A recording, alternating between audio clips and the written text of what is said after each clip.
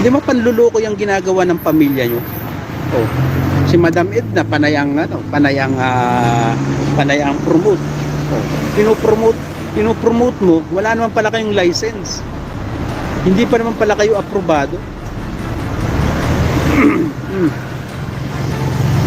Wala naman pala kayong hindi pa naman dumaan yan sa FDA. Tapos nag-ooperate kayo ng mga produkto na pwedeng ikapahamak sa kalusugan ng mga kababayan mong mga Pilipino sa loob at labas ng bansa, yung mga nauuto nyo na bumili.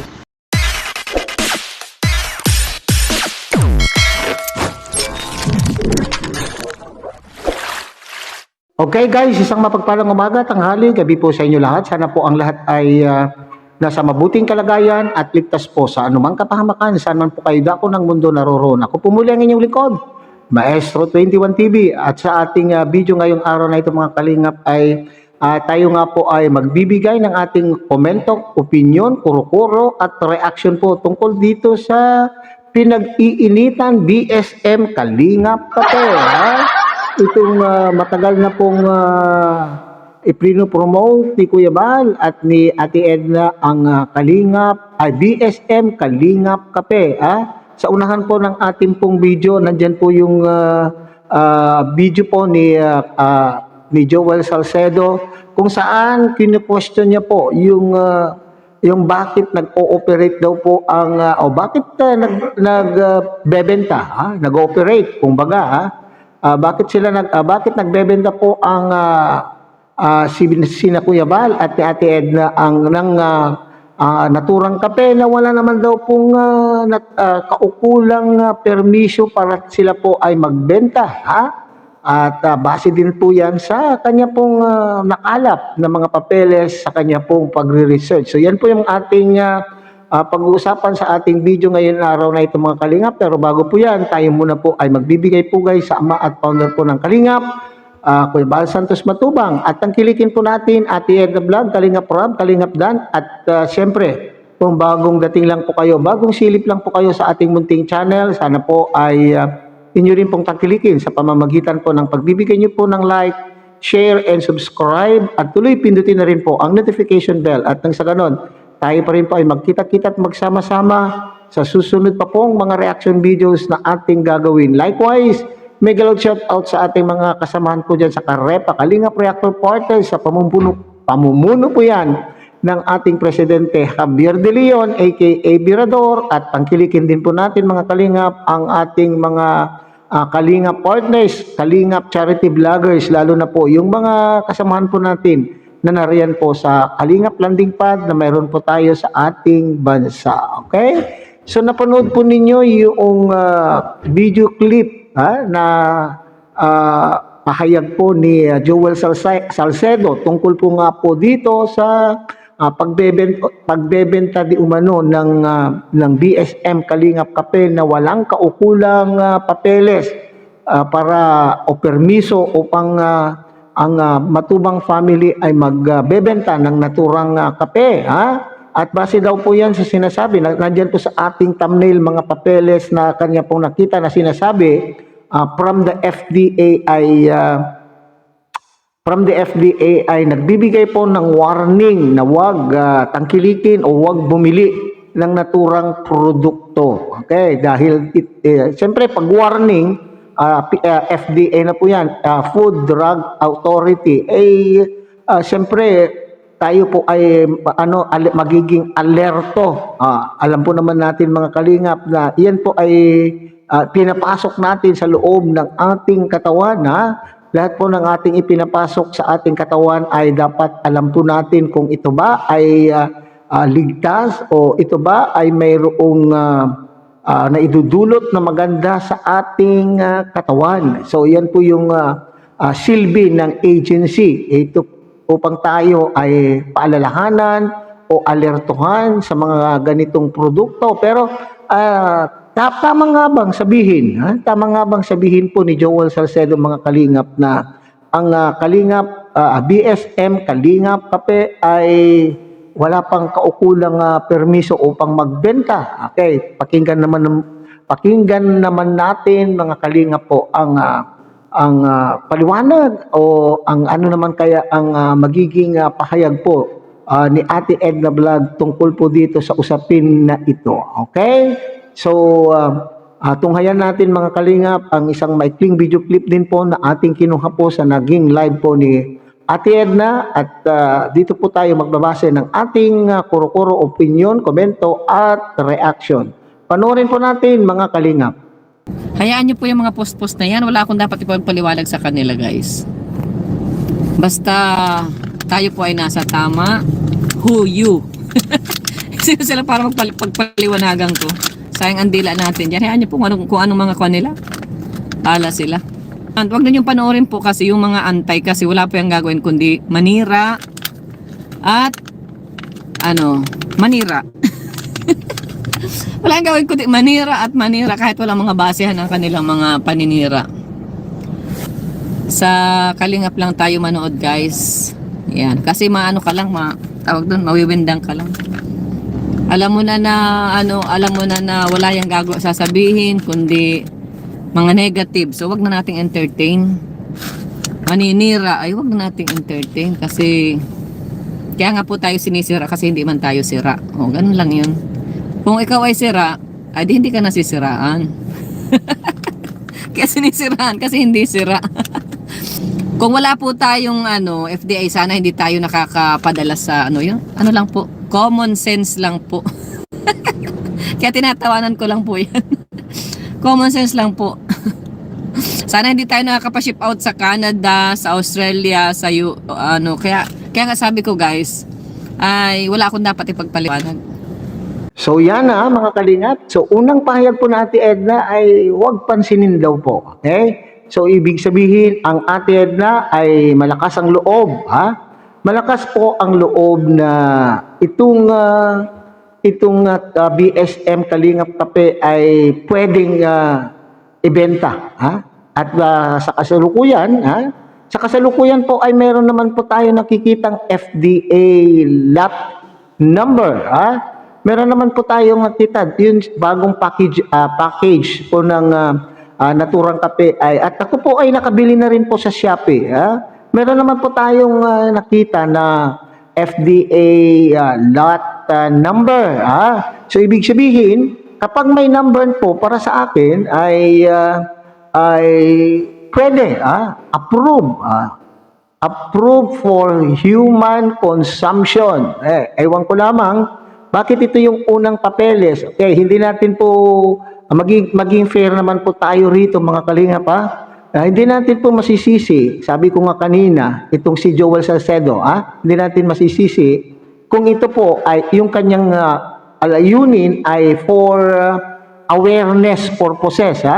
Kung pina-alerto po niya yung ating mga kababayan kasi siyempre nga naman ay mahirap naman pong isa palaran po natin ang ating kalusugan sa pagkonsumo ng naturang produkto maski hindi po ito yung BSM kape. Kung tayo po ay may malasakit sa ating kapwa ay pwede natin pong ang ating nalalaman o pwede natin ipaalam sa publiko ang ating nalalaman. Kasi nga po mga kalingap ay itong papeles na pinapakita, itong warning na ipinapakita po ni Joel Salcedo ay nakuha niya yata ito sa Google. Nakuha po niya sa Google, lumabas po ito kaya po sinasabi niya na wala pang hindi pa po rehistrado. Bakit nag-ooperate na? Okay.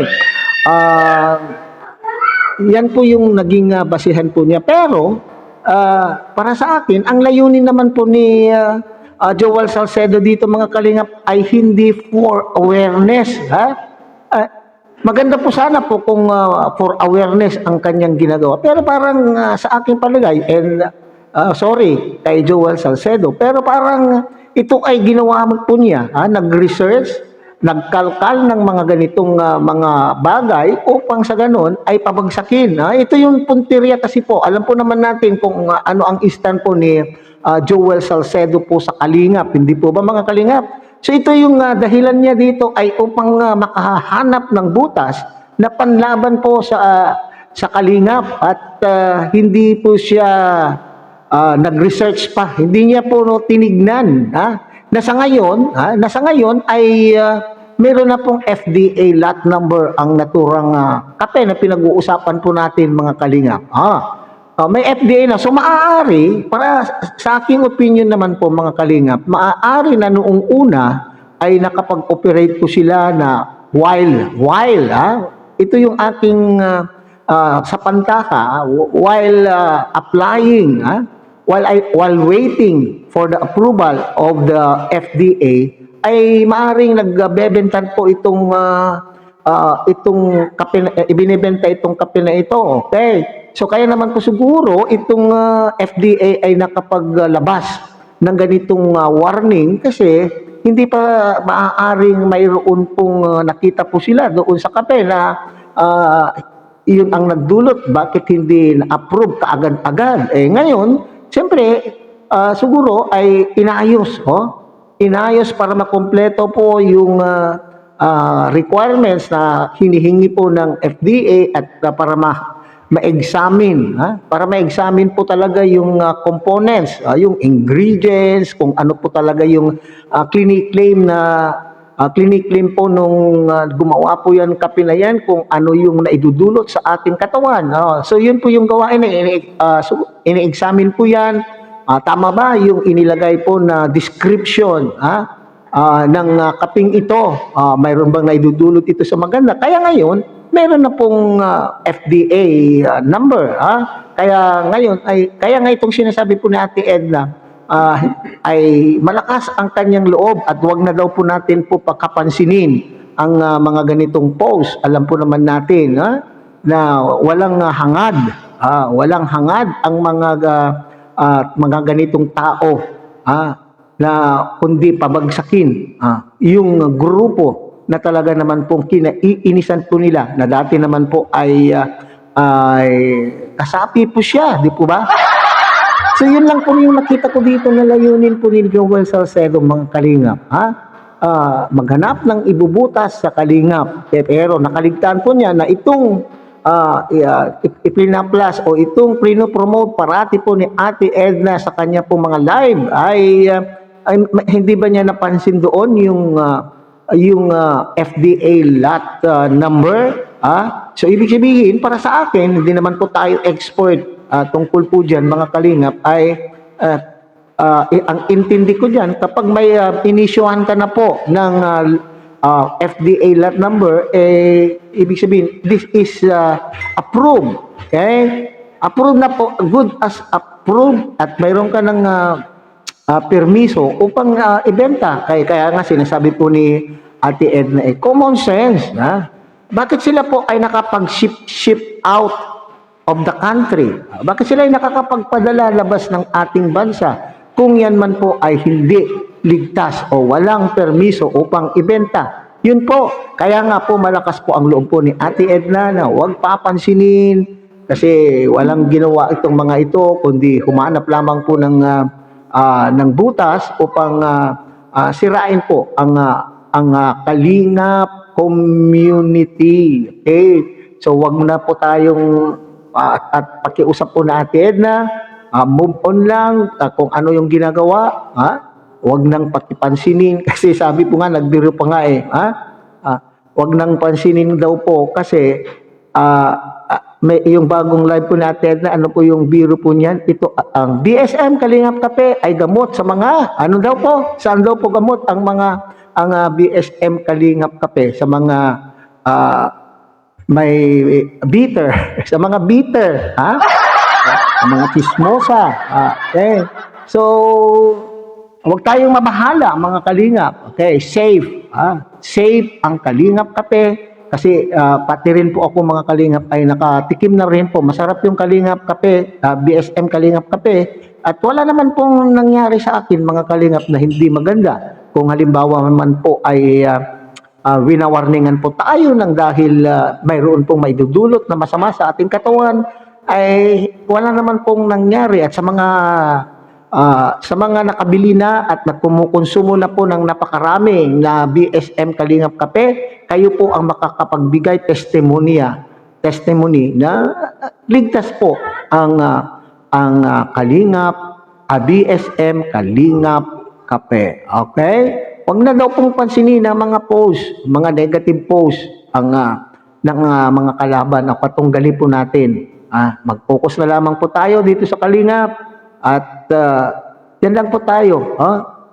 Diyan lang po tayong makinig kina Kuya Bal at ni Ate Edna Vlog. So hanggang dito na lamang po tayo mga Kalingap. Muli, tangkilikin po natin Ate Bal Santos Matubang, Ate Edna Vlog, Kalingap Rab, at Kalingap Dan. At muli, pinapakiusapan po kayo na sana po ay inyo rin pong tangkilikin ang munting channel na ito sa pamamagitan po ng pagbibigay niyo po ng like, share, and subscribe. At tuloy, pindutin na rin po ang notification bell.